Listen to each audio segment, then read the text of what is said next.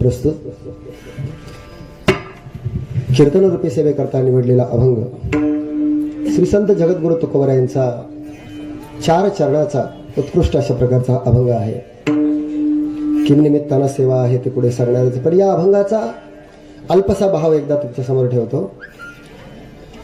प्रस्तुत अभंगामध्ये जगद्गुरु तुकोबराय सांगतात की या अवनी तलावर आल्यानंतर प्रत्येक माणसाला मरण नावाची गोष्ट त्याच्या पाठीमागे लागलेली आहे आणि प्रत्येकाला वाटतं की आपल्या आयुष्यामध्ये आपल्या आयुष्याचा शेवट गोड व्हावा. पण या अभंगामध्ये जगद्गुरु तुकोबराय म्हणतात प्रत्येकाला जरी वाटत असला आपला शेवट गोड व्हावा, पण तसा अनुभव मात्र प्रत्येकाला येत नाही. आणि तो वारकरी संप्रदायामध्ये, वारकरी परंपरेचं आणि वारकरी संप्रदायाचे हे वैभव आहे की वारकरी संतांनी सांगितलं, आम्ही ज्याच्यासाठी आयुष्यभर अट्टहास केला, आग्रह धरला, याजसाठी केला होता अट्टहास, शेवटचा दिवस गोड व्हावा, शेवटचा दिवस गोड व्हावा. आपल्याकडं बऱ्याच वेळा शब्दांची गल्लत होते. जसं आपण वाचतो तसाच अर्थ काढतो नेहमी. शेवटचा दिवस म्हटलं की लोकांना फक्त एकच आठवतं, एकदा माणूस बांधला आणि त्याला तिथपर्यंत पोहोचवायचं म्हणजे याचा शेवट झाला.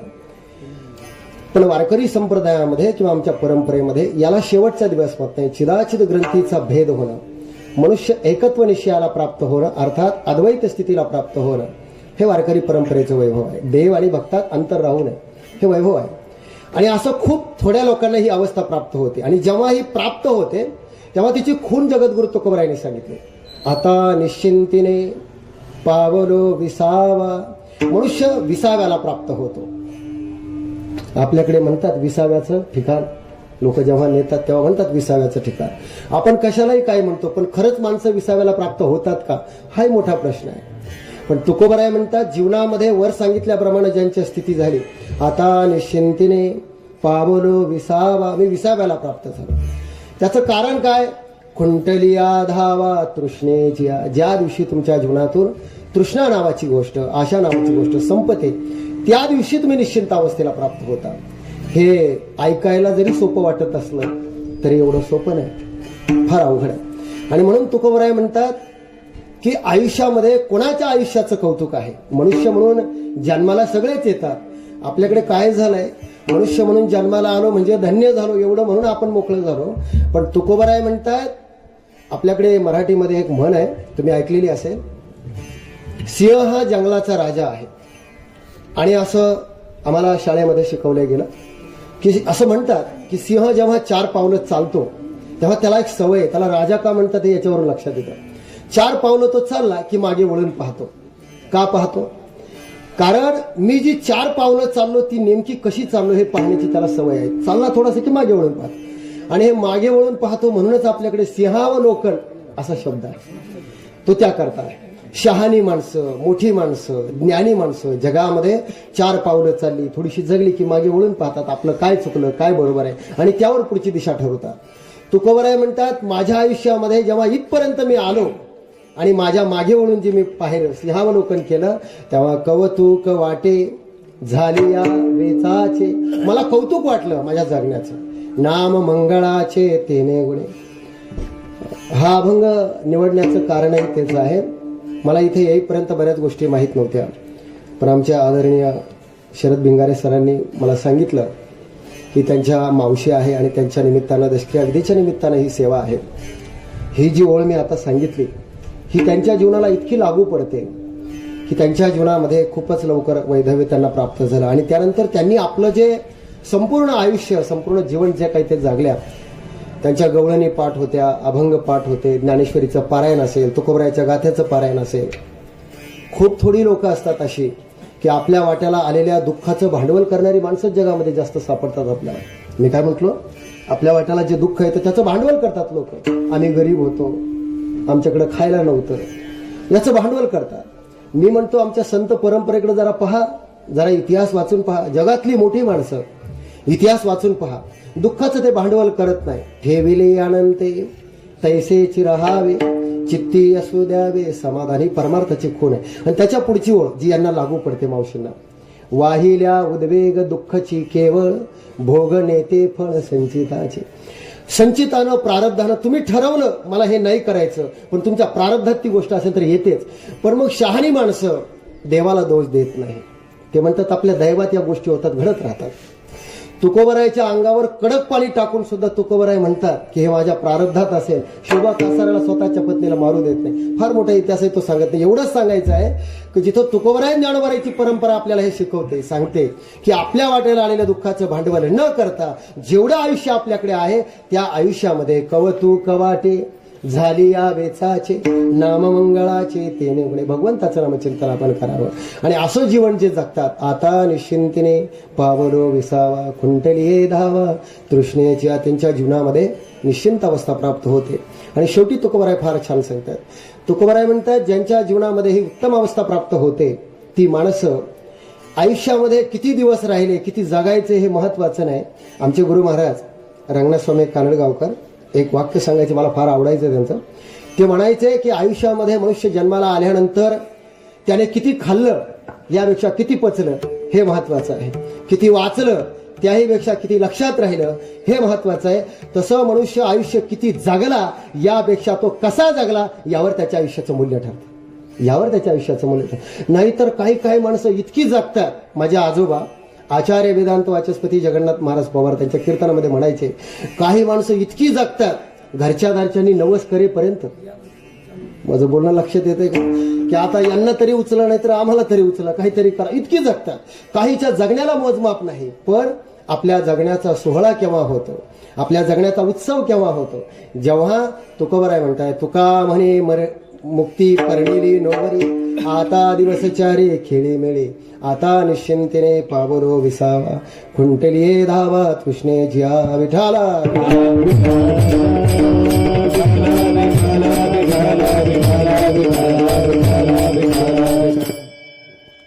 अभंगाचा अल्पसा भाव आपला समोर मांडला आहे. प्रत्येक कडव्याचा आपण विचार करणं तत्परी थोडासा परिहार देणं आवश्यक आहे. कैलासवासी गंगा भागीरथी अंजनाबाई फकीरचंद बरकड आज आपल्यातून जाऊन त्यांना 10 दिवस या ठिकाणी झालेले आहे. आणि त्यांच्या या दशक्रिया विधीच्या निमित्तानं ही कीर्तन सेवा माझ्याकडे आलेली आहे. भगवान परमात्मा माऊली जशी बुद्धी देतील त्याप्रमाणे बोलण्याचा मी प्रयत्न करणार आहे. जेवढी माहिती मला मिळाली त्याप्रमाणे खरं म्हणजे हे त्यांचं माहेर आहे. आणि त्यांचं विवाह झाल्यानंतर फारच थोड्या दिवसामध्ये त्यांच्या जीवनामध्ये वैधव्य आलं. आणि मग ते आल्यानंतर जसं मी तुम्हाला सांगितलं की जीवनामध्ये दुःख कोणाच्या वाट्याला येत नाही. पण मी नेहमी सांगतो, आमच्याकडे ते अलीकडे आम्ही कॉलेजमध्ये शिकवत असताना एक शब्द आला आपल्याकडे, मोटिवेशनल स्पीकर. आपल्याकडे एक शब्द आला. काय अर्थ आहे याचा? मोटिवेशनल स्पीकर कशा करतात लागतात माहिती का आयुष्यामध्ये? माणसं दुःखी झाली, कष्टी झाली की प्रेरणा, उभं राहण्याकरता प्रेरणा, पडली की पुन्हा उभं राहून कसं चालायचं. मी गमतीनं सांगत असतो, या जगामध्ये श्रीकृष्ण भगवान परमात्मा इतका मोठा मोटिवेशनल स्पीकर तुम्हाला जगात सापडणार नाही. आपली जी व्याख्यानं होतात ती चांगल्या ठिकाणी होतात, चांगल्या वातावरणात होतात, कॉलेजला माईक असतो, विद्यार्थी असतात. पण हा जगातला असा मोटिवेशनल स्पीकर आहे की ज्याने एकीकडे कौरव आहे, एकीकडे पांडव आहे, दोन्हीच्या मध्ये अर्जुनाचा रथ आहे. आणि अर्जुन म्हणतो युद्ध करायचं नाही.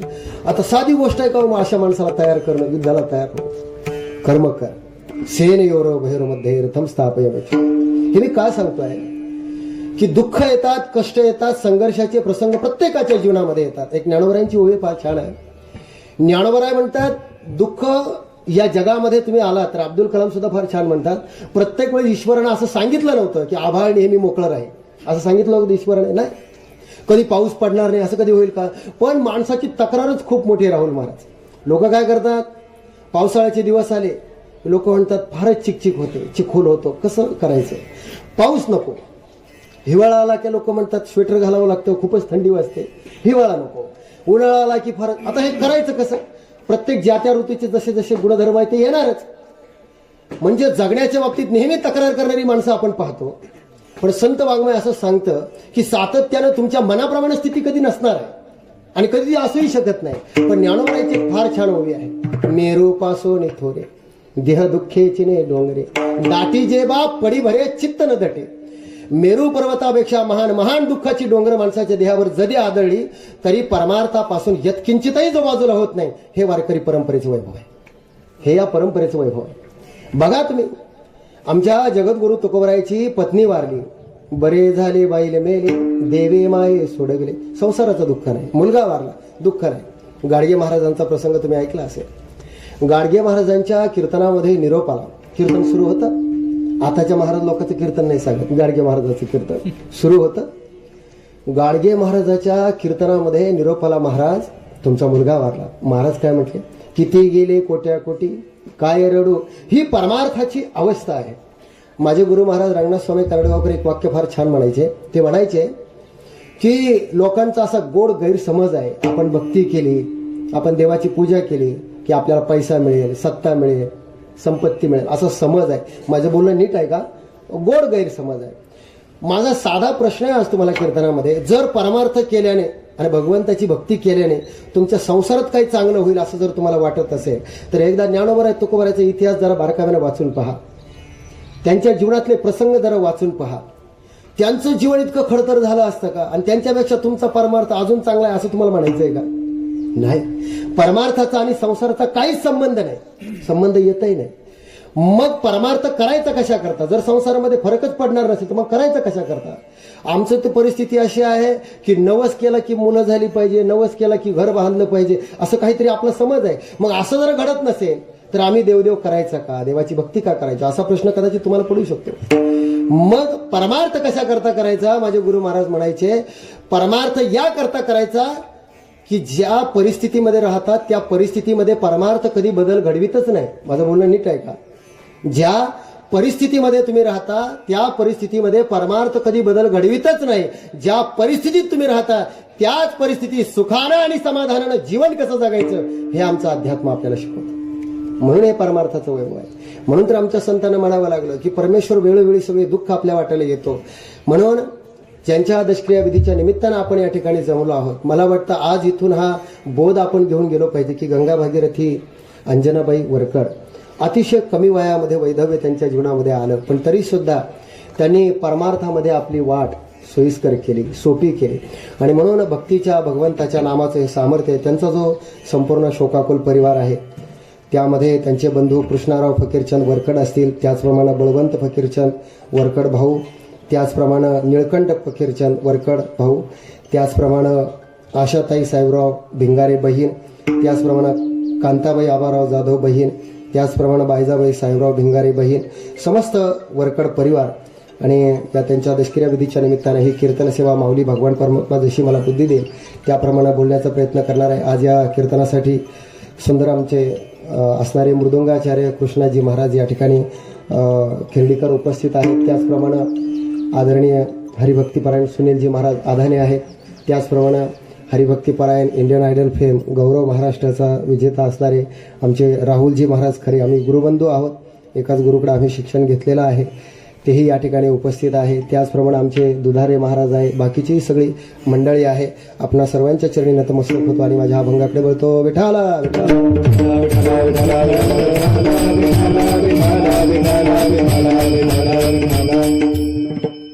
अभंगामध्ये पहिला शब्द जगद्गुरु तुकोबरायांनी वापरला, याजसाठी केला होता अट्टहास, शेवटचा दिवस गोड व्हावा. शेवटचा दिवस गोड व्हावा. शेवटचा दिवस म्हणजे आपल्या दृष्टीनं मरण आहे. एक सांगू, प्रत्येक माणसाला असं वाटतं, खरंच सांगा, मरावंसं कोणाला वाटतं का? आतापर्यंत जगात तुम्हाला असं कोणी भेटलं का की महाराज 6 महिने आमचे खूप सुखात गेले, आता सत्यनारायणाची पूजा ठेवली, पुढचे 6 महिने दुःखात जाऊ दे, असं कोणी भेटलं का? नाही. प्रत्येकाला अपेक्षा कशाची आहे? सुखाची. आणि प्रयत्न किंवा कर्म मात्र सारखं दुःखाचं आहे. संतांनी म्हणावं, सुख प्रत्येकाला लागतं, पण आपलं कसं आहे, आपण जातो जोड्याच्या दुकानात आणि आपल्याला पाहिजे पेढे. ठिकाण चुकीचं असेल, कसे पेढे भेटते? पेढेच्याच दुकानात जावं लागेल. म्हणून जिथं संतांनी सांगितलं जिथं सुख आहे, जिथं समाधान आहे, तिथं आपल्याला यावं लागेल. आणि या जगामध्ये मरण अशी गोष्ट आहे जी कुणालाच आवडत नाही. ज्ञानोबराय फार छान म्हणतात, अगा मरहा बोलून साथी परी मेल्या विन न राहत. मरावंसं कोणाला वाटतं का? अहो सोडा, एखादा मनुष्य जर्जर आजारी जरी असेल तरी त्याला जर तुम्ही भेटायला गेला, लोक भेटायला जातात आपल्याकडे. आता गंमत म्हणून सांगतो, आजारी माणसाला लोक जर भेटायला गेले ना, राहुल महाराज भिंगर सर तुम्हाला सांगतो, लोक भेटायला गेले की आजारी माणसाला भेटायला जाताना 1 किलो सफरचंद घेऊन जातात. आता कीर्तनात कसं बोलावं हे सुद्धा आम्हाला कीर्तनात सांगायची वेळ आली. का आली? कारण ज्ञानोबराय फार छान म्हणतात, साचा आणि मवाळ मिथलेया आणि रसाळ शब्द जैसे कल्होळ अमृतासारखे शब्द असले पाहिजे. काही माणसं इतकं गोड बोलतात, इतकं चांगलं बोलतात की त्यांचं बोलणं ऐकलं की लोक म्हणतात महाराज या माणसाने बोलत राहावं, आपण ऐकत राहावं. काही लोकांना लोक बोलण्याचे पैसे देतात. माझं बोलणं नीट आहे का? काही लोकांना लोक बोलण्याचे पैसे देतात आणि काही लोकांना म्हणतात तू न बोलायचं काय घेशील. असं का म्हणत असते? कारण आपल्या बोलण्याची तेवढी क्वालिटी असते. हे मी याकरता सांगतोय की दवाखान्यामध्ये एखाद्या आजारी माणसाला जर हे लोक भेटायला गेले 1 किलो सफरचंद घेऊन जातील. पण ज्ञानोबराय म्हणतात काही लोकांना बोलण्याचं कळतच नाही, कसं बोलतील त्याचा काही नियम नाही. आता तुम्ही आजारी माणसाला भेटायला गेले, ज्याला भेटायला गेले त्याला कॅन्सर झालेला आहे, कसं बोलावं बरं आपण? एरवी तो माणूस आधीच दुःखाने पीडित आहे, मरणार आहे आज न उद्या. आपण किती छान बोललं पाहिजे त्याच्यावर. हे 1 किलो सफरचंद घेऊन जातात त्याला आणि त्याला काय म्हणतात, महाराज हा आजार फार दुर्धर आहे बरं, फार हाल होता त्याच्यामध्ये. आमच्या गावामध्ये 10 लोकांना कॅन्सर झाला होता, हाल हाल करून सगळे मेले, एकही जगला नाही. म्हणजे तो उद्या मरायचा आजच मरून जाईल. या उलट आमचे संत सांगतात, जर तुम्हाला साधू संत वृत्तीचा माणूस जर भेटला तर तो सांगेल, बाबा नाशिवंत देह जाणार सकळ, आयुष्य खातो काळ, तू मरणार आहे मी मरणार आहे, जेवढं आयुष्य शिल्लक राहिलंय त्या आयुष्यामध्ये असं जीवन जग, परमेश्वराचं नामचिंतन कर, काहीतरी चांगलं कर्म कर, हे संत शिकवतील. पण हे मी याकरता सांगतोय की मरावं प्रत्येकाला लागतं. येथे उरो नाही आले ते पामर जीव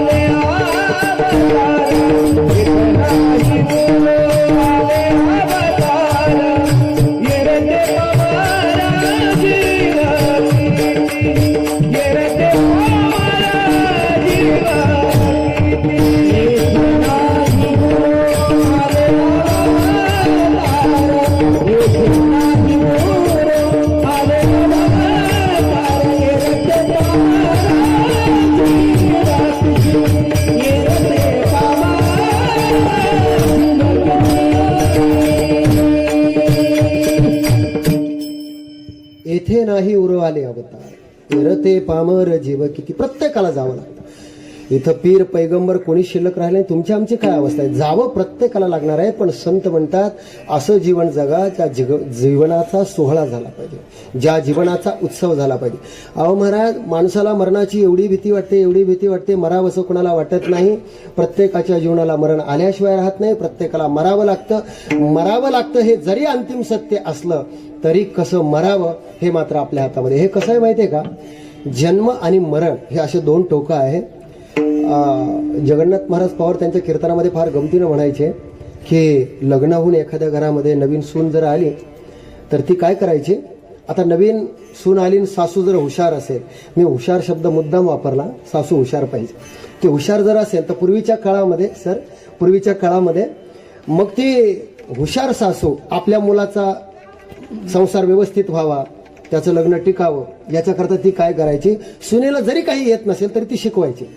आणि मग ती नवीन आलेल्या सुनेला सांगायची, तिनं ओळणीवरली सगळी कपडे काढून घरामध्ये आणली की तिला ते घडी घालता येत नव्हते. मग ती काय करायची, ती धोतर म्हणा, लुगडं म्हणा, जे काय असेल ती हे टोक पकडायची त्या टोकाकडे जायची, ते टोक पकडायची ह्या टोकाकडे यायची. आता हे जेव्हा त्या सासूने पाहिलं तेव्हा ती सासू त्या सुनेला म्हणते, अगं बोधे, अगं सुनबाई, कपड्याच्या घड्या अशा नाही घालायच्या. मग कशा घालायच्या? फक्त एक टोक पकडायचं, मिऱ्या घालायला सुरुवात करायची. काय होतं बरं मिऱ्या घालायला लागल्यानंतर? एक टोक पकडल्यानंतर, मिऱ्या घालायला सुरुवात केल्यानंतर दुसऱ्या टोकाकडे जायची गरज आहे का ते आपल्याकडे येतं? मी काय म्हणतो, जायची गरज आहे की ते आपल्याकडे येतं? जाण्याची गरज नाही, ते आपल्याकडे येतं. तसं संत म्हणतात, ज्यांनी जन्म नावाचं टोक पकडलं त्यांना मृत्यूकडे जायची गरज नाही. मृत्यू त्यांच्याकडे येतोय क्षणाक्षणाला येतोय. फक्त फरक एवढा आहे की ही बापुडी माणसं त्या मरणाला विसरली. ज्या पैठणमध्ये आम्ही राहतो, शांतीब्रह्म एकनाथ महाराज असं म्हणतात की ज्या माणसाला असं वाटतं आपलं जीवन सुखी व्हावं, चांगलं व्हावं, त्याने 2 गोष्टी आयुष्यात कधीच विसरू नये. एक परमेश्वराला विसरू नये आणि एक मरणाला विसरू नये. जी माणसं मरणाला विसरत नाही ती जीवन सुद्धा एवढं चांगलं जगतात. पण इथं येणारी जेवढी माणसं आहेत त्यांचं जगणं जर पाहिलं ना तर त्याचा निष्कर्ष एवढाच निघतो की माणसाला असं वाटतं की कंटिन्यू इथल्या सातबाऱ्यावर आपलंच नाव आहे, आपण जाणारच नाही, एवढी खात्री आहे त्यांना. पण एक सांगू महाराज, या जगामध्ये काळ हा प्रत्येकाला खातोय. आमच्या संतांनी मला आज जा मेला पण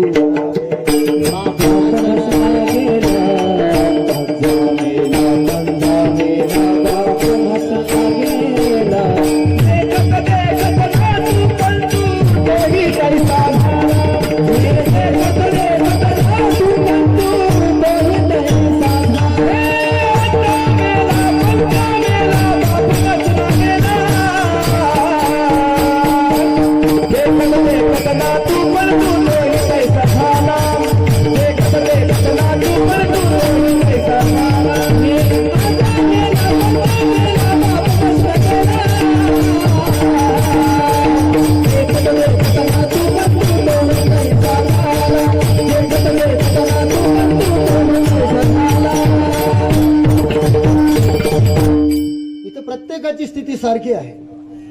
आजा मेला पणजा मेला बाप मसना गेला, देखत देखत ना तो पण तोही तैसा झाला. विठाला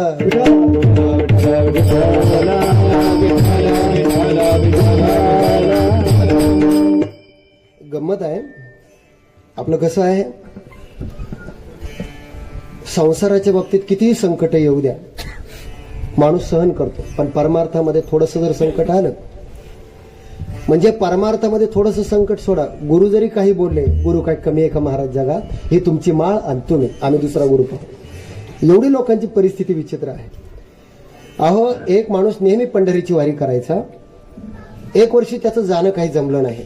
मग त्याने मुलाला सांगितलं, बाबा वारी खंडित व्हायला नको, मग काय कर, या वर्षी तू जा, माझ्या वाट्यावर तू जा. गेला मुलगा. तिकडे कॉलराची साथ आली, मुलगा मेला.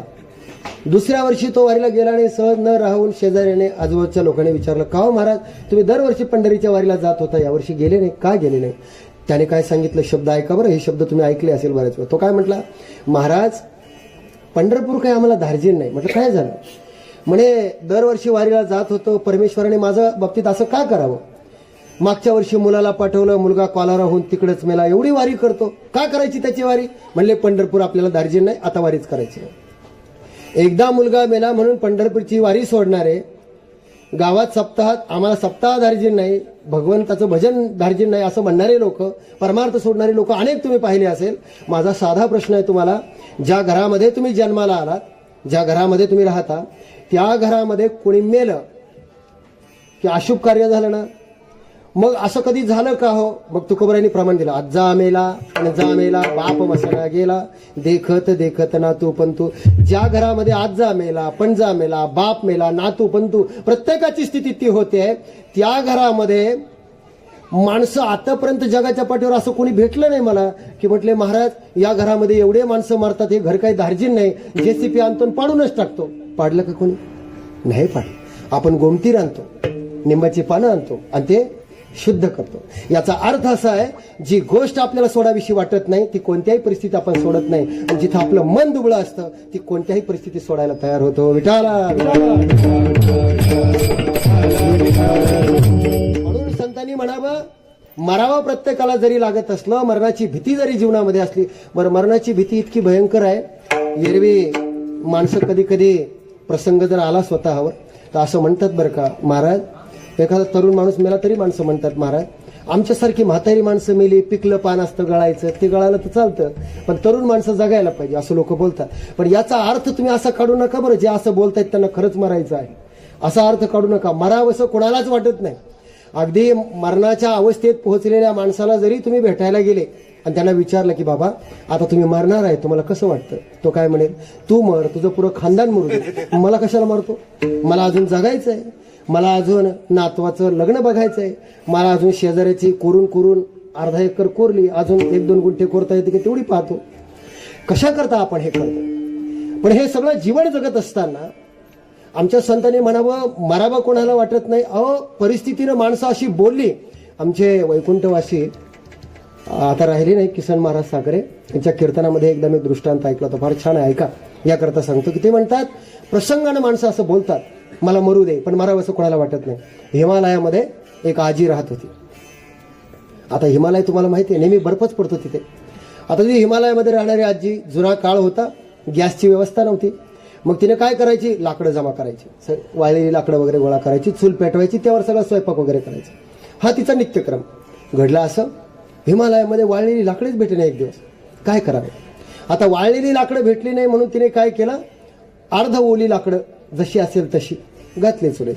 आता जर अर्ध ओली लाकडं जर असेल आणि ती जर चुलीत घातली तर काय होतं, हे चुलीचं आपल्याला नाही कळणार, ते माता मौल्यांच्या लवकर लक्षात येईल. काय होतं बरं, धूर होतो घरात. इतका धूर झाला, नाकात धूर, डोळ्यात धूर, धूरच धूर.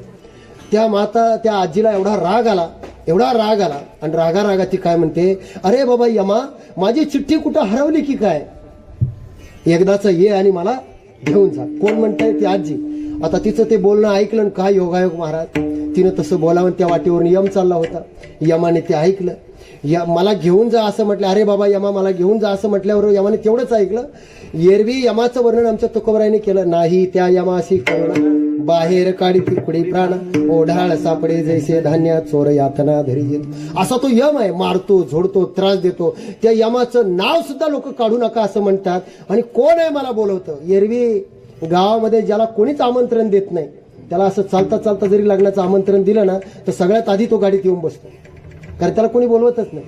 मग या यमाला कोणी बोलवत नाही. त्या आजीनं बोलवल्याबरोबर यम दारात हजर. म्हणले, आजी तुम्हाला भेटायला आलो. म्हटले, बाबा तू कोण आहेस, कशा करता आला. म्हटले, आजी तुम्ही आत्ता म्हटले ना, अरे बाबा यमा ये मला भेटायला, म्हणून मी भेटायला आलो. विठाला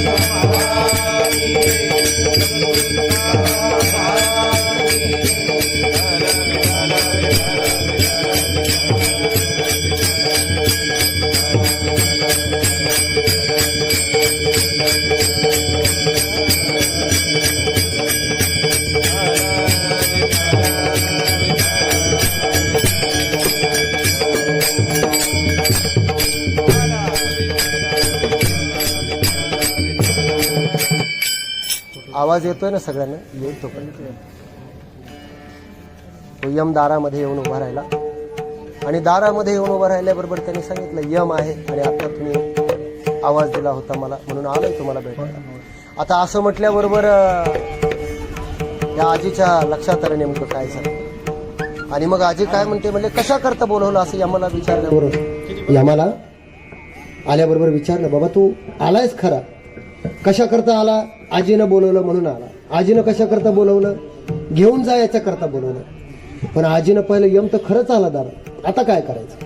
मग ती आजी काय म्हणते, धूर झालेला घरामध्ये. म्हणले, काही नाही रे यमा, झालं असं की चुलीमध्ये लाकडं घातली, ओली आहे, धूर झाला घरामध्ये, फार त्रास होतो. तू आलाच आहेस तेव्हा एक जोराची फुंकार मार आणि माझी चूल पेटली की ज्या वाटेने आला होता त्याच वाटेने निघून जा. एरवी पर्यायानं यमालाही वाटी लावणारे लोक आहेत, हे मला सांगायचंय. मरावं असं कोणाला वाटत नाही, पण आमच्या संतांनी म्हणावं की मृत्यूला जिंकणं, यमाला जिंकणं एवढी सोपी गोष्ट नाही. अहो महाराज, हा काळ असा आहे की आतापर्यंत आमच्या तुकोबरायांनी म्हणावं, जगा काळ खाय आम्ही माथा दिला पाय, काळ गुलाम सलाम करे तुकया घरी राबतो. तुकोबराय म्हणतात, हा काळ सगळ्या जगाला खात असे, पण आम्ही मात्र त्याच्या माथ्यावर पाय ठेवला. अहो माथ्यावर काय, तुकोबरायांच्या नामाला एवढं सामर्थ्य प्राप्त झालं. तुकाराम तुकाराम तुकाराम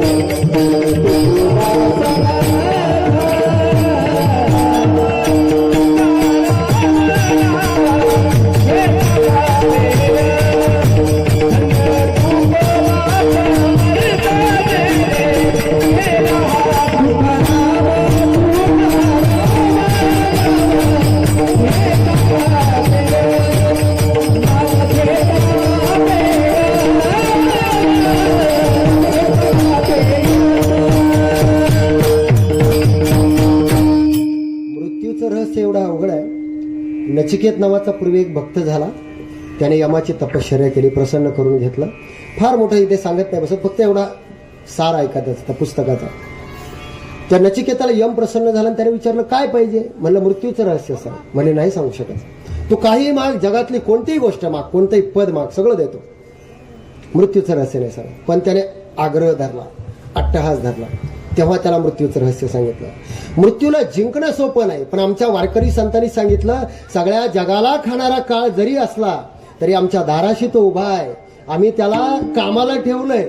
आणि नुसतं कामाला ठेवलं नाही, मला आश्चर्य तर या गोष्टीचं वाटतं, वैभव हे आहे की संतांनी काळाला जिंकलं यात नवर नाही, पण ज्या संतांनी काळाला जिंकलं त्या संतांचं जरी भजन आपण केलं, तुकाराम तुकाराम नाम घेता कापे, भगवंताच्या नामाला देव म्हणजे काळ घाबरेल यात नवल नाही, पण तुकाराम महाराजांच्याही नामाला काळ घाबरत होता. हे सामर्थ्य ज्यांच्या निमित्तानं आपण या ठिकाणी आहोत, ज्यांच्या दुष्क्रिया विधीच्या निमित्तानं, त्यांनी आयुष्यभर देवाचं भजन केलं. आणि सरांनी फार छान सांगितलं, ते आयुष्यभर भजन करत होते. आणि भजन करत असल्यामुळे जसं जसं त्या उत्तर वयाकडे गेल्या, आचार्य विनोबा भावे सुद्धा असं म्हणायचे की परमार्थाचं हे लक्षण आहे बरं का.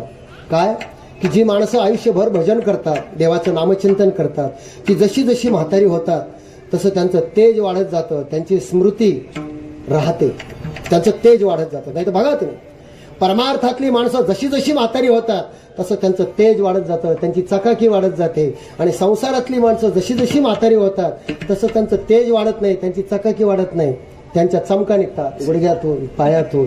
कारण यांनी कर्मच तसं केलेलं असतं. हे मी कशा करता सांगतो आहे की हे वैभव आहे भगवंताच्या नामाचं, की सातत्याने ते वाढत जातं. म्हणून मृत्यूला जिंकणं एवढी सोपी गोष्ट नाही. पण तुकोबराय म्हणतात आम्ही मात्र त्या काळाला जिंकलं. आणि नुसतं जिंकलं नाही तर या ठिकाणी आल्यानंतर आम्ही जो अट्टहास केला, आग्रह केला, ते आमच्या जीवनामध्ये झालं. अभंगाच्या पाण्यात याजसाठी केला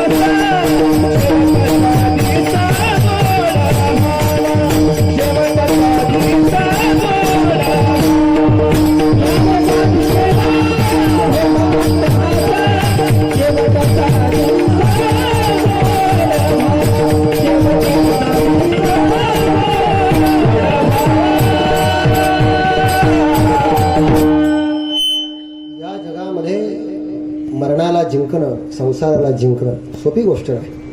तुकोबराय फार छान म्हणतात, जिंकावा संसार येणे नावे तरी शूर.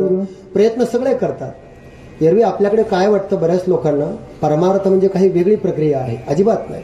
जिथं तुम्ही राहता, ज्या परिस्थितीत राहता, त्याच परिस्थितीमध्ये कसा परमार्थ करायचा. वारकरी परंपरा जर तुम्ही पाहिली तर ज्ञानोबरायापासून तुकोबरायापर्यंत सगळे संत तुम्ही बघा. सगळ्या संतांनी आपल्या आयुष्यात आपल्या वाट्याला आलेलं कर्म कधी सोडलंच नाही. गोरोबा काका बघा, सावता महाराज बघा, जगनाडे महाराज बघा, नरहरी सोनार बघा. देवा तुझा मी सोनार, सोनार, देवा तुझा मी सोनार. जी आलेला भाव आहे. एरवी जगामध्ये काम सोडून देवाचं नाव घेणारे भरपूर भेटायला लागले. आता माझं बोलणं लक्षात येते, काम सोडून देवाचं नाव घेतात, इतके घेतात. माझे आजोबा जगन्नाथ महाराज पवार फार छान म्हणायचे की वारकरी परंपरा बारकाव्याने लक्षात घ्यावी लागते. काही लोक नुसतं भगवंताचं नाम घेतात, त्यांना काय शब्द आहे, जे नुसतं नाम घेतात संन्याशी. जी नुसतं भगवंताचं नाम घेतात, परमार्थ करतात, ती संन्याशी. पण जी नुसते संसार करतात त्यांना काय म्हणायचं, संसारी. जी नुसतं काम करत राहतात, नुसती काम करतात ती संसारी. जी नुसतं नाम घेतात ती संन्याशी. पण काम आणि नामाची जिथं जोड आहे तिथं वारकरी संप्रदाय. कामामध्ये काम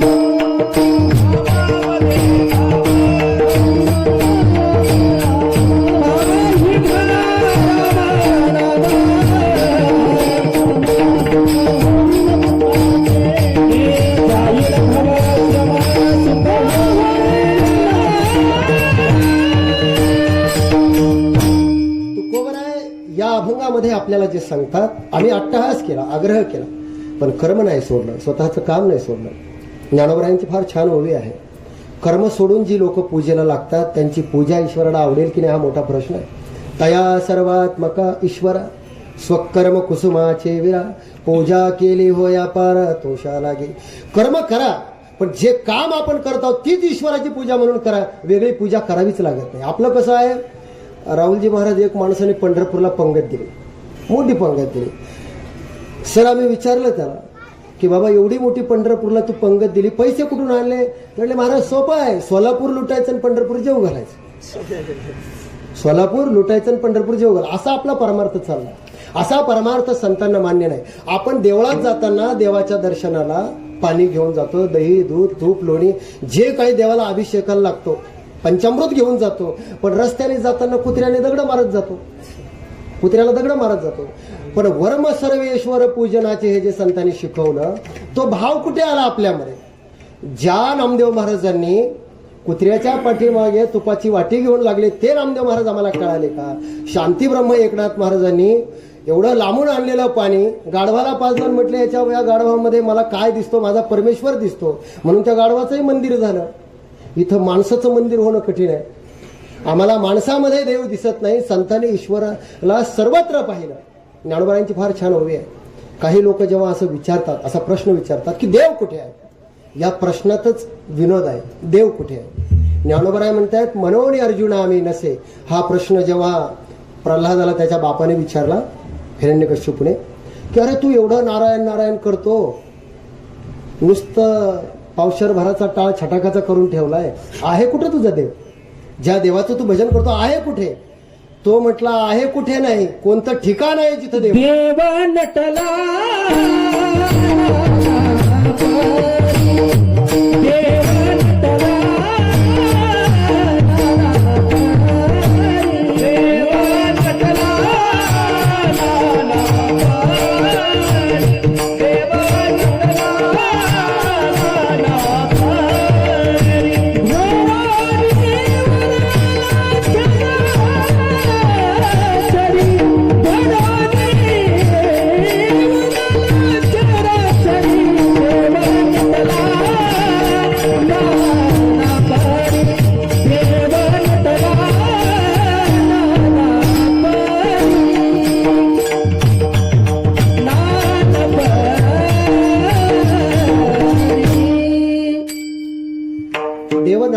नटला, सगळीकडे आहे. कहा पगडारू देखे अनेरा देखे तो सगळीकडे देव आहे.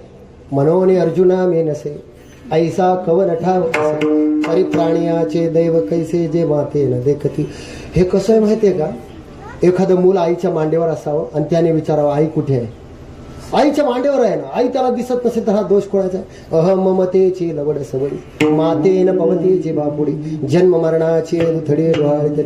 आपण जन्म मरणाच्या गर्दीमध्येच यामुळे पडतो की ईश्वराची ओळख आपल्याला होत नाही. इथे राहून तुकोबराय म्हणतात आपलं कर्म करा, तीच ईश्वराची पूजा म्हणून करा, वेगळं काही करावं लागत नाही. भारतीय महायुद्धामध्ये एक फार छान प्रसंग आहे, ऐका, 2 मिनिटांमध्ये सांगतो, फार छान आहे. अर्जुनाला तयार केलं युद्धाला, युद्ध झालं, पांडव जिंकले, सगळं मिळालं. पण ते धर्मराजाला मध्येच काय झालं कोणाला माहिती? धर्मराजा म्हटला की श्रीकृष्ण भगवान परमात्म्याला म्हणतोय की देवा हे काही बरं नाही झालं, माझ्या आप्तेष्टांना, माझ्या नातलागांना सगळ्यांना मी मारलं. आणि कशा करता? इस्टेटी करता, राज्या करता. मला ते राज्यही नको आणि काहीच नको. मी आता जंगलात जातो. कशा करता? भजन करायला, देवाची प्राप्ती करायला जंगलात जातो. विचार करा, जिथं समजून सांगायला देव आहे तिथं धर्मराजा म्हणतोय की मला आता हे नकोय. असं म्हटल्याबरोबर तिथं भीम, नकुल, सहदेव सगळे ते बंधू होते. त्यांनी धर्मराजाची जी समजूत काढली, ती समजूत कशी सुंदर आहे बघा. ते याकरता सांगतो की पहिल्यांदा भीम असं म्हणतो की हे धर्मराजा, तू ज्या जंगलात जाण्याविषयी बोलत आहे, यदी संन्यासत सिद्धीम राजन कश्चिद्ध बाप पर्वताश्य ध्रुवाश्य. अरे विचार कर, ज्या जंगलात जायची तू गोष्ट करतोय त्या जंगलामध्ये यापूर्वी कोणी गेलं नाही का? अनेक लोक गेले. तिथं खूप सारे लोक आधीच जाऊन बसले. किती लोकांची मठं दाखवून मिळत तिथे आहे सगळे. पण सगळ्यांना देव मिळालाय का हा प्रश्न आहे. आणि जर त्यांना मिळाला असेल तर जा. जंगलात गेल्याने देव मिळत नाही. न लगती सायास जावे बनणारा सुखे येतो घरा नारा. सुखाने त्याची प्राप्ती होते. मग दुःखात कशा करता जायचं? आपलं कसं आहे, संतांनी पंचपक्वान्नाचं ताट आपल्या समोर ठेवलं आहे. आपल्याला फक्त घास घ्यायचा आणि खायचा आहे. तरी काही लोकांचा आग्रह आहे असं उलट्या हाताने खायचं. कशा करता? सोपं केलंय ना तुमच्या करता. सोपी पायवाट केली. लावोनी मृदुंग श्रुती टाळ घोष सेवू ब्रह्मरस.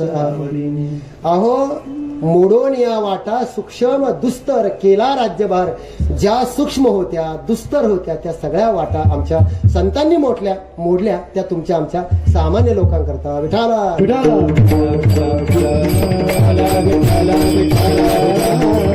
किती सोपी पायवाट सांगितली. हरिमुखे म्हणा, हरिमुखे म्हणा, पुण्याची गणना कोण करी, पुण्याची गणना कोण करी, पुण्याची गणना कोण करी.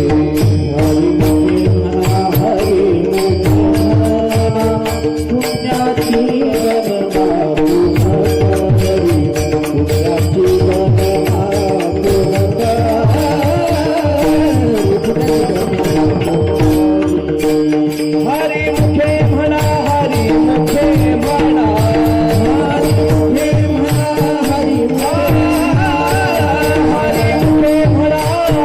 कोण करी,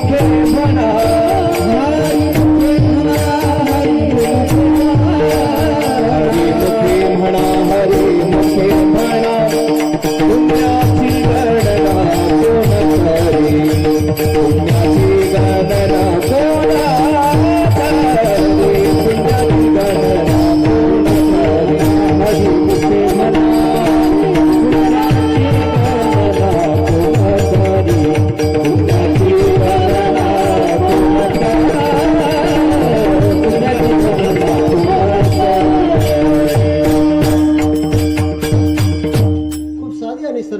संतांनी सांगितले. ज्ञानोबा फार छान. हरिमुखे म्हणा, हरिमुखे म्हणा, पुण्याची गणना कोण करे. फक्त हरिमुखे म्हणा, बाकी काही करू. एवढी सोपी आणि सरळ गोष्ट आमच्या संतांनी सांगितली. किंवा भगवंताचं नाम घे. काय सांगत होतं भीमाने सांगितलं, जंगलात जाऊ नको, त्याने मोक्ष मिळणार नाही. एवढ्यावर काही जमेना. मग नकुल आला पुढे. नकुल काय म्हणतो धर्मराजाला की हे धर्मराजा, जंगलात गेल्याने जर मोक्ष मिळाला असता, द्वेक्षरस्तु भवेन मृत्यूर त्र्यक्षरम ब्रह्म शाश्वतम ममेतीच भवेन मृत्यूर न ममेतीच ब्रह्म शाश्वतम. जगामध्ये दोन शब्द असे आहेत जी माणसाला बंधनामध्ये टाकतात, तरी ती माणसाच्या मृत्यूला कारण होतात. आणि 3 शब्द असे आहेत जी माणसाला मुक्त करतात. कोणती? तेवढी शब्द लक्षात ठेवायचे. 2 शब्द मरणाला कारण. मम, माझं म्हटला की माणूस गुतला, आणि न मम म्हटला की सुटला. जाऊ द्या, आम्ही संतपीठामध्ये ज्या जगद्गुरु तुकोबरायचा गाथा शिकवतो, त्या गाथ्यामध्ये या शब्दावर विश्लेषण करणारे अनेक अभंग आहे. पण एक 2-3 छोटे छोटे दृष्टांत आहे. ते दृष्टांत हे सांगतात की जेव्हा तुम्ही मम, माझं म्हणता तेव्हा कसे गुंता. फार छान आहे. 2-3च सांगतो बघा, ऐका. मम, जेव्हा माझं म्हणतो जीव कसा गुंतो. असं म्हणतात की सर्कशीतले लोक जेव्हा त्या पोपटाला पकडायला येतात तेव्हा त्याला काहीतरी खाण्याचा पदार्थ वरती ठेवतात, आणि ती नळी असते. ती नळी अशी असते की पोपट बसला की ती लगेच फिरते, उलटी होते. आता हा उलटा झाला की लगेच त्या नळीला घट्ट पकडतो. पकडल्याबरोबर आता खरं सांगा, आता तो बंधनामध्ये पडला. कशामुळे पडला? हे त्याने नळीला धरून ठेवलंय का नळीने त्याला धरलंय? त्याने नळीला धरून ठेवलं. बरं, त्याला मुक्त जर व्हायचं असेल तर त्याला किती प्रवचन, किती अधिक मास, चातुर्मास काय करावे लागतील? काय काहीच नाही. फक्त त्याला सोडून देण्याची गरज आहे. पण तो सोडत का नाही, तर त्याला हा भ्रम झालाय की मी जर सोडलं तर मी पडेल मरेल, हा भ्रम झालाय. हा भ्रम त्याच्या बंधनाला कारण आहे. पुढे चला. आमच्या संतांनी म्हटलं की सर्कशीतले लोक त्या माकडाला पकडतात आणि जेव्हा ते एक घागर असते त्या घागरीमध्ये चणे फुटाणे टाकतात. बरं ते माकड झाडावरून खाली येतं आणि त्या घागरीमध्ये हात घालतं. हात घातल्याबरोबर आतमध्ये हात निमुळता जातो बरोबर, पण मध्ये गेल्याबरोबर ते जे चणे फुटाणे असतात ते हातामध्ये घेतल्यावर हाताचा आकार वाढतो, हात काय बाहेर निघत नाही. मग हात जेव्हा बाहेर निघत नाही तेव्हा खरं सांगा ते सर्कशीतले लोक येतात, त्याला पकडून नेतात. पण त्याला जर आता मुक्त व्हायचं असेल तर त्याला काय करावं लागेल हो? काहीच नाही. ज्याचा मोह धरलाय ज्या चणे फुटाण्याचा ते सोडून देण्याची गरज आहे. तो मुक्तच आहे. मुक्त होता परी बळे झाला बद्ध घेऊन या छंद माझे. हे जे माझे माझे आहे या माझे म्हणण्यामुळे शेवटचा दृष्टांत तुकोबरायांनी फार छान दिला. तुकोबराय म्हणतात, कुंभार दादा असतो, कधी जर गावामध्ये तुमच्याकडे कोणी कुंभार असेल तर जाऊन भेटा. असं म्हणतात की कुंभार आपल्याकडे गाढवाला पाळतात. का पाळतात माहिती आहे, ते माती वाहण्याचं काम करतात. बरं, दिवसभर जो गाढव माती वाहण्याचं काम करतं, माती वाहून झालं की तो कुंभार काय करतो माहिती आहे का, की ते संध्याकाळी आल्याबरोबर आतापर्यंत जगाच्या पाठीवर कोणत्याही कुंभारानं आपल्या गाढवाला बांधण्याकरता छटाकभर दोरी सुद्धा घेतली नाही. का घेतली नसेल याचं रहस्य असं आहे की ते गाढव आलं की आल्याबरोबर त्याच्या पायाला फक्त कुंभार हात लावतो. मग त्याला असा भास होतो मला मालकाने बांधलेलं नसतं, फक्त हात लावतो आणि मग तो निघून जातो. तो रात्रभर तिथे उभा. हे मी गाढवाबद्दल बोलतोय बरं का, तुम्ही कीर्तनात राहा. हे मी गाढवाबद्दल बोलतोय. त्याला हात लावला आणि त्याला भ्रम होतो की मला बांधलंय. मग त्याला इतर लोक म्हणतात की बाबा आपल्या गावात सप्ताह आहे, चल कीर्तनाला. तो म्हणतो नाही नाही मला येता येणार नाही, मला बांधलेलं आहे. हे मी कोणाबद्दल? गाढवाबद्दल सांगतोय की ते म्हणतो नाही जाता येणार नाही, तो बांधलेलाही नाही. पण मुक्त होता परी बळे झाला, स्वतःहून त्याने बांधून घेतलंय. आपण शेती करणारे लोक आहोत. शेतीमध्ये सुद्धा तुम्ही गाडी बैल म्हणा ते वखर म्हणा जर झुपायचं असेल तर लोक नुसतं गाडी बैल उचलली की ते बैल लगेच मान घालतात, त्याला काही करावं लागत नाही. तसं संतांनी सांगितलं या जगामध्ये आपल्याला कोणतंही बंधन नाही, पण स्वतःहून तुम्ही माझं माझं मी मी म्हणत त्या अहंकारानं माणूस स्वतःला बांधून घेतो. विठाला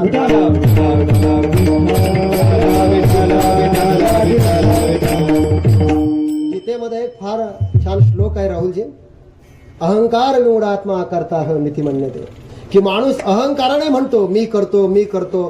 तुम्ही बघा एखाद्या घरामध्ये एखादा माणूस, आम्ही जर कुठे कीर्तनाला गेलो आणि सरजी आम्हाला जर कोणी चहा प्यायला नेले, महाराज काय सांगा आमच्या बापाला तर अक्कलच नव्हती. इथून लोक सुरुवात करतात, आता काय बोलावं आपण. इथून लोक सुरुवात करतात आमच्या बापाला अक्कल नव्हती. आणि जेव्हापासून मी करता झालो, मी एवढं केलं सगळं, एवढं केलं, एवढं काम केलं. आणि काय सांगावं महाराज तुम्हाला, मी जर घराच्या बाहेर पडलो तर घरात नुसता अंधार होतो. घरच्यांना काहीच कळत नाही, घरच्यांना काहीच कळत नाही, घरच्यांना काही सुचतच नाही. मी घरात असलो तरच घरच्यांना सुचतं. मी घरात आहे तोपर्यंत ठीक आहे, मी घराच्या बाहेर गेलो की नुसता अंधार होतो. आता हा काय मर्क्युरीचा लाईट आहे का याच्यामुळे उजेड पडतो घरात? पण उगा माणूस अहंकाराने बोलतो. हा म्हणतो की मी घरात असल्याशिवाय सुचत नाही, घरचे म्हणतात की तुम्ही घराच्या बाहेर गेल्याशिवाय आम्हाला काही सुचत नाही. याचा हा गैरसमज आहे की माझ्यामुळे हे सगळं चाललंय. निमित्ताचा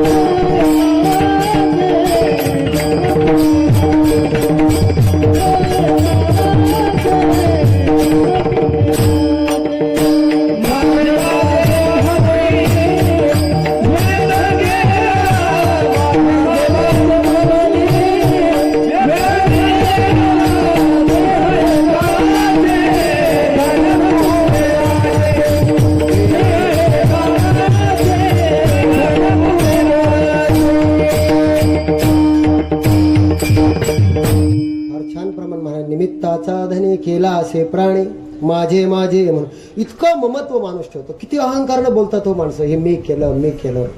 अहो आपले केल्याने काय, अहो बाकीच्यांचं सोडावं. मला खेद या गोष्टीचा वाटतो की आम्ही जर कुठे सप्ताहाला कीर्तनाला जरी गेलो ना तर ते कीर्तन सुरू व्हायच्या आधी ज्याने कार्यक्रम दिला किंवा ज्याच्याकडे गेलो 2 मिनिटं आपण बसतो, काही बोलता येत नाही. ती 4-2 माणसं गोळा झाली की आम्हाला हे सर्रास ऐकायला भेटतं. लोक काय म्हणतात, महाराज कसं होईल हो वारकरी संप्रदायाचं? फार काळजी आहे काय लोकांना वारकरी संप्रदाय, कसं होईल वारकरी संप्रदाय? मी म्हणलं काय झालं? महाराज आम्ही एवढे 4च टाळकरी राहिलो गावामध्ये, आम्ही गेल्यानंतर कसं होईल वारकरी संप्रदाय? मी म्हटलं तुम्ही काळजी करू नका, तुम्ही निघा, आम्ही करून घेऊ. मी हे कशा करता सांगतोय, ज्या लोकांना असं वाटतं की समता आमच्यामुळे चालतो, आमच्यामुळे सप्ताह होतो, आमच्यामुळे हे सगळं चालतं, माझं बोलणं पुढे आहे. हे मी कशा करता म्हणतो, ज्यांना वाटतं आमच्यामुळे चालतं. माझा त्यांना प्रश्न आहे, ज्ञानोबरायांना किती वर्ष झाली, तुकोबरायांना किती वर्ष झाली? अरे जो वारकरी संप्रदाय आजपर्यंत टिकला आणि पुढेही टिकेल, तो टिकतो फक्त ज्ञानोबराय आणि तुकोबरायांच्या नावावर, तुमच्या आमच्या नाही, तुमच्या आमच्या नाही. त्यांच्या नावात ही शक्ती आहे, त्यांच्या नावात हे सामर्थ्य. पण व्यर्थ आपण म्हणत राहतो माझ्यामुळे होतं, माझ्यामुळे होतं. सगळे लोक अहो आपल्यासारखे किती आले आणि गेले, निमित्ताचा धनी केला असेल. कधी तुम्ही विचार केलाय का, आपल्या घरामध्ये जो 7-12 असतो आपल्या जमिनीचा, का त्या 7-12वर आपलं नाव असतं, हे या घराचे मालक आहे, हे या 10 एकर 20 एकर जमिनीचे मालक आहे. तुमच्यापूर्वी कोणाचं नाव होतं तिथे? तुमच्या वडिलाचं होतं, त्याच्यापूर्वी आजोबाचं होतं, त्याच्यापूर्वी कोणाचं तरी होतं, तुमच्या नंतर कोणाचं तरी नाव येणार आहे, त्याच्यानंतर कोणाचं तरी नाव येणार आहे. मग तुम्ही असं कसं? अहो लोक दशक्रिया विधी सुद्धा होऊ देत नाही नाव बदलायला, आणि माणूस म्हणतो मी या संपत्तीचा मालक आहे. निमित्ताचा धनी केलास, फक्त निमित्त आहेस तू या संपत्तीचा मालक आहे. एक दिवस तुला हे सगळं सोडून जावं लागलं. म्हणून आमचे तुकोबराय म्हणतात की बाबा जीवन असं जगा की आपण गेल्यानंतर लोकांनी आपली आठवण काढली पाहिजे, लोकांनी आपलं स्मरण केलं पाहिजे. उत्तमची उरे केली मागे, उत्तमची उरे केली मागे, उत्तमची उरे केली मागे, मागे उत्तमची उरे केली मागे. हे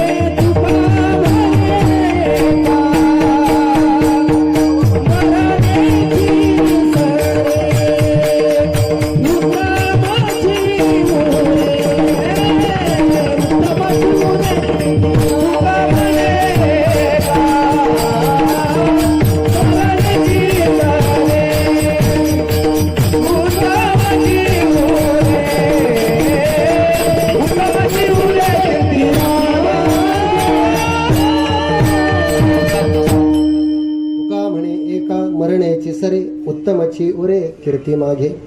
कीर्ती रूपानं मागे शिल्लक राहत आहे. तुम्ही बघा स्वामी विवेकानंदांपासून ते ज्ञानोबराय तुकोबरायपासून आजपर्यंत जेवढे महापुरुष या जगामध्ये झाले, छत्रपती शिवाजी महाराज जेवढे महापुरुष झाले, या लोकांचं नाव आजही शिल्लक आहे. का? उत्तमची उरे कीर्ती मागे, गेले दिगंबर ईश्वर विभूती, राहिल्या त्या कीर्ती जगा. तुम्ही कधी विचार केलाय का की आपण गेल्यानंतर आपल्या अंगावर किती दागिने होते, आपण दिसायला कसं होतो, म्हणून तुमचं स्मरण कोणी करणार आहे का? नाही. तुम्ही काम काय केलं तुम्ही. म्हणून एक फार छान वाक्य मी कुठेतरी वाचलं होतं, महापुरुष हे देहानं जातात, महापुरुष हे देहानं जातात, पण त्यांच्या कार्यानं आणि त्यांच्या विचारानं ते सतत संजीवन राहतात. ज्ञान देवा प्रमाण निवृत्ती देवी ज्ञान समाधी संजीवन. हे जे जीवनाचं संजीवनत्व आहे हे संतांनी आपल्याला शिकवलं, ते पाहिजे. आणि आमच्या संतपीठामध्ये वेगवेगळ्या देशातले वेगवेगळ्या विभागातले लोक ऍडमिशन घेतात आमच्याकडे, आणि ते तुकाराम गाथा, ज्ञानोबाची ज्ञानेश्वरी हे सगळं शिकण्याकरता येतात. मी हे का सांगतोय तुम्हाला की आयुष्यामध्ये किती जरी संपन्नता आली, भौतिक ज्ञान किती जरी आलं, किंवा भौतिक ज्या सुखसुविधाच्या वस्तू आहेत त्या किती जरी आल्या, तरी आज जगामध्ये लोकांना आता हे कळायला लागलंय की बाह्य अंगाने तुम्ही किती काही मिळवा, पण जर तुम्हाला सुख आणि समाधान मिळवायचं असेल तर त्याकरता ज्ञानोबराय आणि तुकोबरायांच्या विचाराकडेच यावं लागेल. ही काळ्या दगडावरची रेघ आहे, यावंच लागेल, कारण त्याशिवाय कुठे समाधानच नाही. आणि पुन्हा संत वाङ्मयाचं सगळ्यात मोठं वैभव काय माहितीये का? मी शिकलेल्या लोकांना कायम नेहमी गोष्ट सांगत असतो की लोक विचारतात आज संतांचं भजन का करायचं, संतांचं चरित्र का वाचायचं, तुकोबरायचा गाथा का वाचायचा, ज्ञानोबरायांची ज्ञानेश्वरी का वाचायची. उद्या शिक्षित जी पिढी आहे ती आम्हाला प्रश्न विचारणार आहे, आणि त्या प्रश्नाचं उत्तर आमच्याकडे असलं पाहिजे. त्याचं एक उत्तर फार छान आहे की का वाचायचं आम्ही, कधीतरी विचार करा. 2 परंपरा या जगामध्ये आहे. एक परंपरा आहे स्वतःच्या